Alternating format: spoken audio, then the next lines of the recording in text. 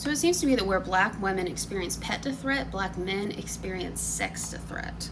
Of a bunch of disturbing comments about white women making advances on black men at work, and then when they don't give in to them, then they're the threat. I did not find an identifiable moniker like pet to threat, like Dr. Keisha Thomas has coined for black women.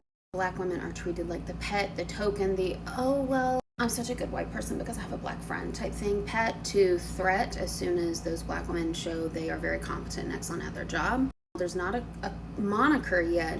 I did find this researcher, Dr. Adia Harvey Winfield, who shares this public article, so you can find it on Google. It's not blocked by the academic wall. She talks about the research she's been doing on black men being sexually harassed, particularly in healthcare, which a lot of my comments were black men from healthcare, so I found that really telling. She talks about research she's been doing on this since 2007. She said, since 2007, I've been researching the ways black men navigate work in professional, predominantly white occupations. The fields in which these men are employed are varied and include nursing, engineering, academia, medicine, and law. There are also a lot of academics in my comments.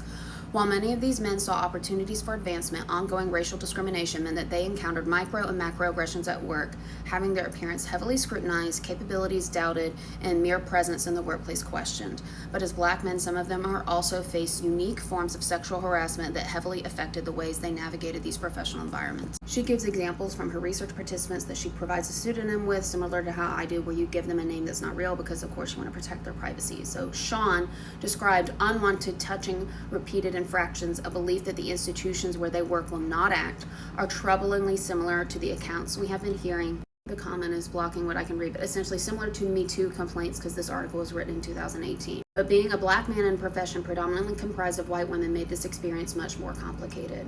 She outlines its experiences. They're very important and talks about the nuances. She doesn't dismiss sexual harassment of women, but she does talk about how it's already hard for men to come forward because there's so much stigma. Men who experience sexual assault, and then she talks about the compounding intersections for black men. She doesn't dive into this here, but I'm sure she does in her work on the historical connotations associated with the trope of the black man pursuing white women is a white supremacist trope.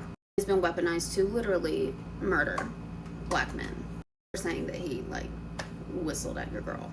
Why am I sharing this? One, because this has been a conversation with my followers and I don't want to dismiss everybody putting their stories in the comments. And two, because a lot of these perpetrators seem to look like me. So my fellow pales, cut that shit out. Not just that if he doesn't want you, get over it, that's true, but also at work, you should not be making advances on people. You know this. You don't like it when men make advances on you at work, cut this shit out. Anna, why are you talking about this? Well, one, because people are talking about it in my comments and I don't want to dismiss them. And two, I research the unwritten rules of work for people from working class backgrounds and neurodivergence, and I look at race and gender intersections along the way. And while people were commenting this pet to threat, it happens to black men too, I was intrigued because I knew from my own research and my interviews with black men that I can remember one interviewer explicitly being I have to be very careful around white women to not be perceived as a threat in general. And so I was like, is it threat to threat? Is that the thing? But then all these disturbing comments were oh no, it's more fetishizy than that.